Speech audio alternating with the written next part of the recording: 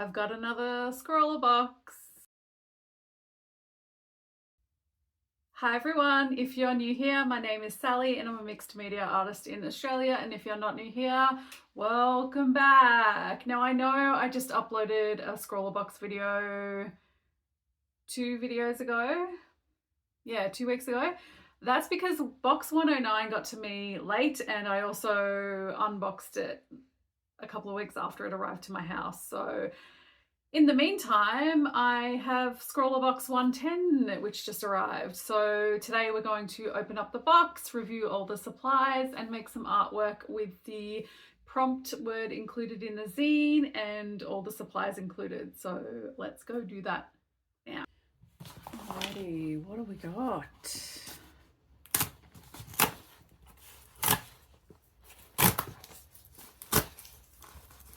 I can never get this off in one go. Alright. Ooh, this is very colourful.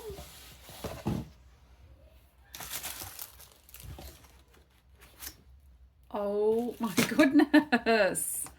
Okay, I'm getting a little ahead of myself because I don't usually grab the art print out first, but this is so cute. Cat, our featured artist. I love this. All right, let's see what these supplies are. It maybe looks like watercolor, maybe. All right, what's in the package?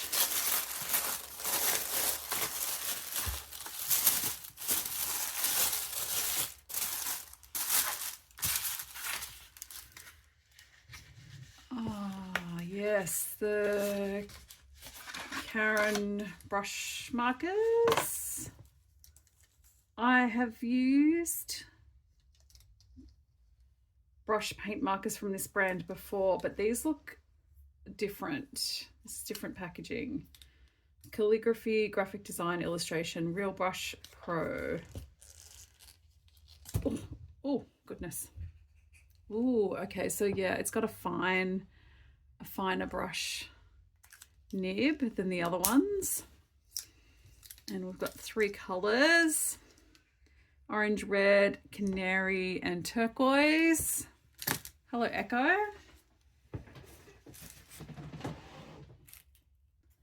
Yeah, I just had a look. These are the other ones that I've got, the deco brush.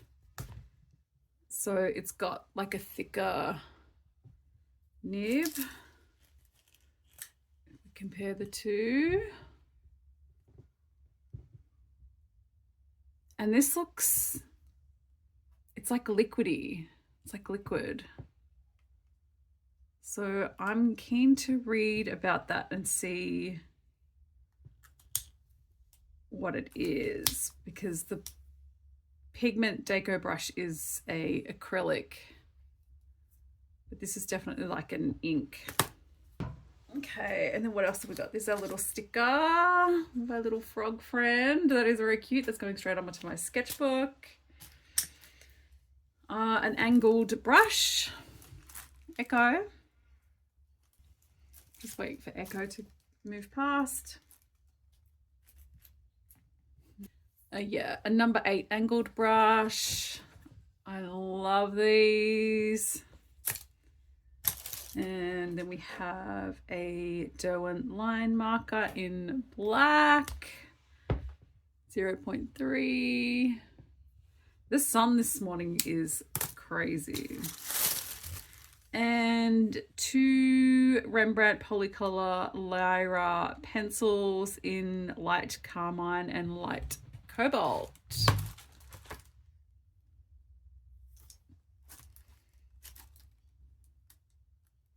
You right, Echo? All right, cool. This is like a fun box. And a banana split eclair candy for later. All right, that's our supplies. Our gorgeous little print. I am obsessed with this. This is so cute. That's Kat's socials there. Instagram, TikTok, and YouTube. Our surface is a watercolor paper, 200 GSM, quite smooth, so it'll be a hot pressed watercolor paper. And let's have a quick flick through of our zine. There's a rundown of the supplies, an interview with Kat and some more of their work. Oh my goodness, look at that kitty. So cute. Tips and tricks. So we've almost got like the primaries there, so it looks like we can make a lot of different, we'll be able to mix them together to make a lot of different shades. More info on the supplies. Behind the artwork, these cute little froggies. Scroller Gallery box 108, the manga maidens. And the top 3 for the month. Cute, well done everyone. And another little interview with an artist, Helen Jones, and some of their work, which is very adorable as well. Oh, what was our prompt? Oh, I missed a page. I missed the last page. A Frog's Life. Little feature on froggies. And our prompt this month is land and water. I kind of want to do frogs. I want to take inspiration from this gorgeous artwork and do some frogs, because I don't think I've ever drawn frogs before. So this is going to be fun. Let's swatch out these supplies and make something. So first up we have the Lyra Rembrandt Polycolor pencils, and we had the light cobalt and the light carmine. I've used these pencils before and they're a really fantastic oil-based pencil, so they don't get that waxy buildup that the Prismacolors can.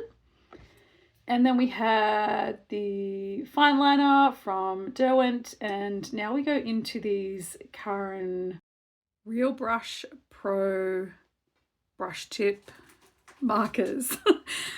Karin have lots of these paint markers that have very similar names. There's the Brush Marker Pro brush pen, the Real Brush Pigment brush pen, Real Brush Pro brush pens, and then there's the Deco brush pens, and it's all very confusing when I was looking it up online just to check what the individual prices were and stuff like that. So these are a water-based ink, so very different to the Deco brush pen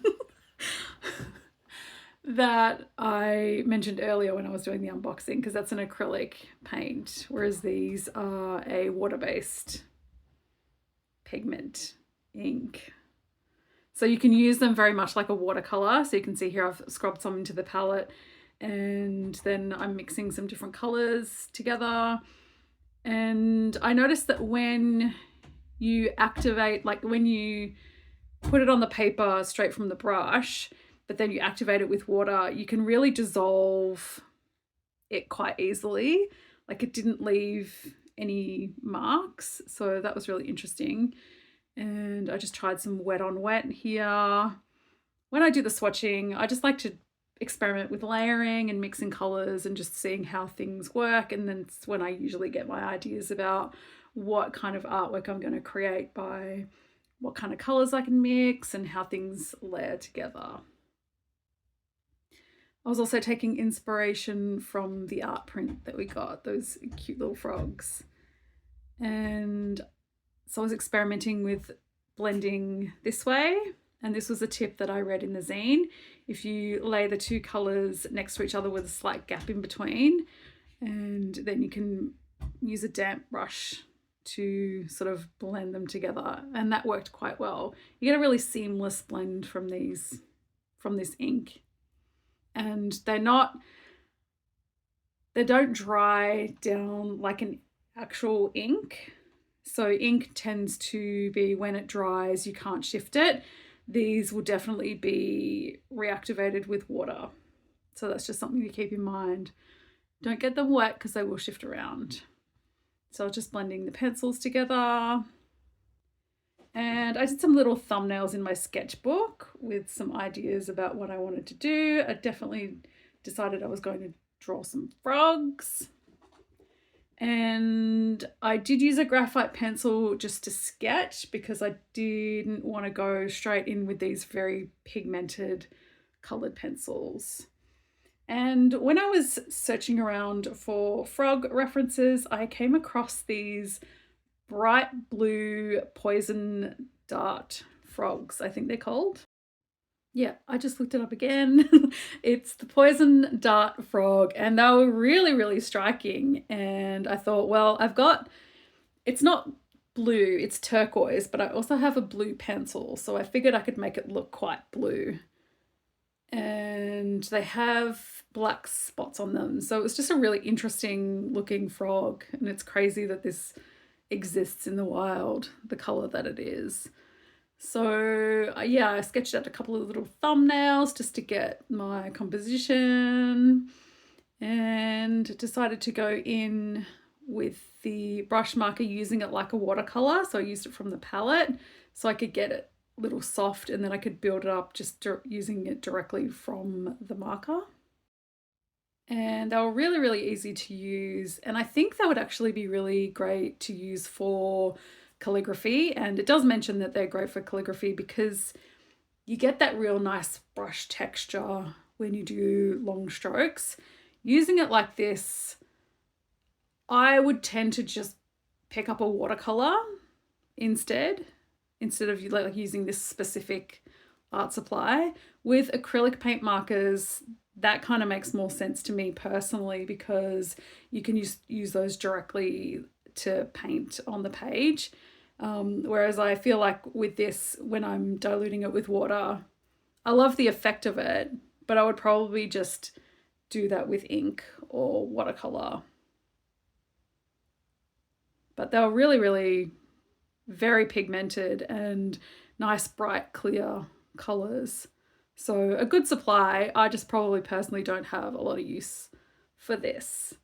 And looking it up, in Australia, they retail for about $7 each.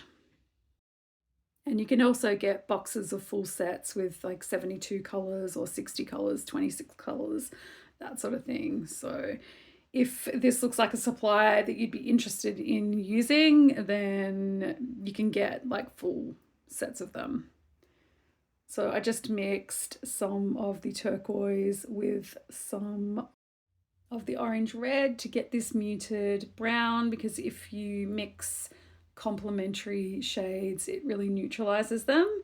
So that was nice to have that amongst this bright color palette. You can always mix something that's a bit more muted if you mix your complementary shades together. So I just used that as like a shadow, and then I went in just to deepen up some of the sort of limbs of the frog to give it a bit more definition. And then I thought I would mix some greens just to add in sort of like an abstracted kind of suggestion of a lily pad, I guess. I don't know if these poison dart frogs hang out on lily pads. I don't know if frogs actually hang out on lily pads, but they seem to be in artwork or cartoons. So I just did some circles, and I quite like using colored circles in backgrounds. I notoriously hate doing backgrounds, but it's kind of a nice way to add in a little bit of colour and interest. So I just used some different kinds of greens, mixing the blue or the turquoise and the canary brush ink markers in my palette. And lily pads kind of have those lines going through them and like segmenting them. So I just sort of did those. And while I was looking up lily pads just now, you know, when you Google something and it says people also ask, well, under people also ask, it says, do frogs sit on lily pads? And it says, if a pond has water lily leaves floating in it, and they are the closest available perch, frogs will climb up on them readily. However, if the frog is heavy, the leaf will sink beneath him a little bit, enabling the frog to keep his skin moist in the water while still perching on the submerged leaf. So I certainly learned something this evening, and I hope you did as well. That's what we're here for. We're here to learn things every day. Learning how to make art and little facts about frogs and lily pads. They're so cute. So after I had let that dry, I went in with the blue pencil and just outlined the frog and added a bit of shading to give it a bit more dimension. And I always like adding colour pencil on top of my paintings because I love the texture of colour pencil, and this watercolour paper is quite smooth, but pencil just has that natural textured look about it even on a smooth paper, so I really like that. And the bottom frog unintentionally looked a little bit more grumpy than the top one, but they are poison frogs, so I imagine they're not the most friendly. I don't really know much about them, to be honest, other than that they look stunning, and they do come in different colors as well, but I decided to do them blue. So this ScrawlrBox came at the exact right time because I've been so busy, and I just had a really successful art market on the weekend that I tabled at, and it was really fantastic time, but it's just left me so exhausted. And I've also been busy doing commissions for the holidays. They're starting to ramp up, and I'm also getting the November zine together, which I'm running a little bit behind on.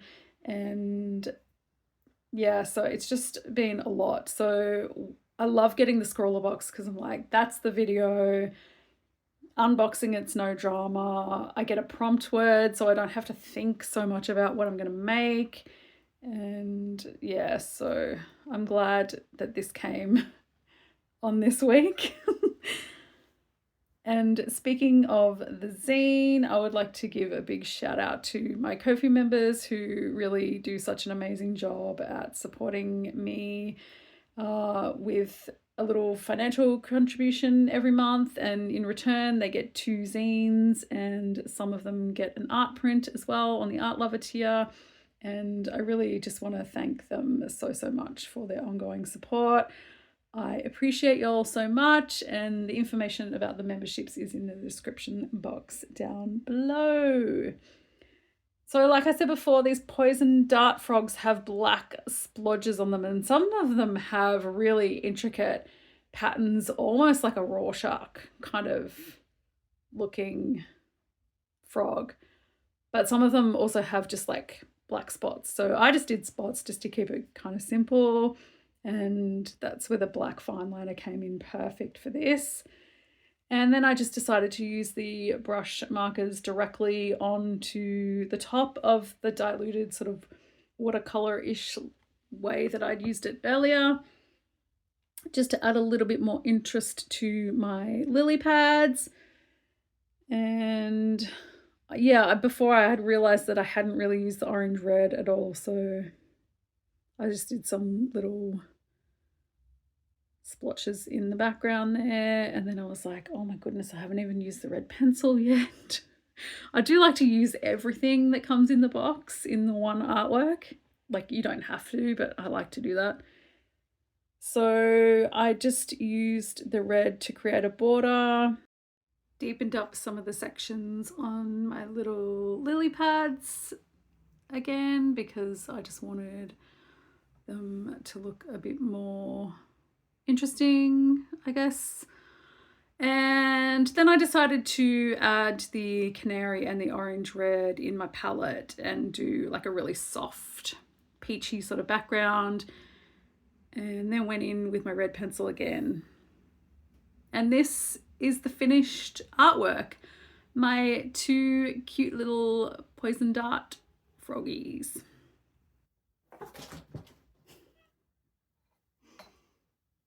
Hi! Thank you so much for watching. I hope you enjoyed this video and these cute little colourful frogs that I made. I didn't really love it when I first did it, but it's actually really grown on me. I think it's kind of cute, right? I hope you enjoyed this video.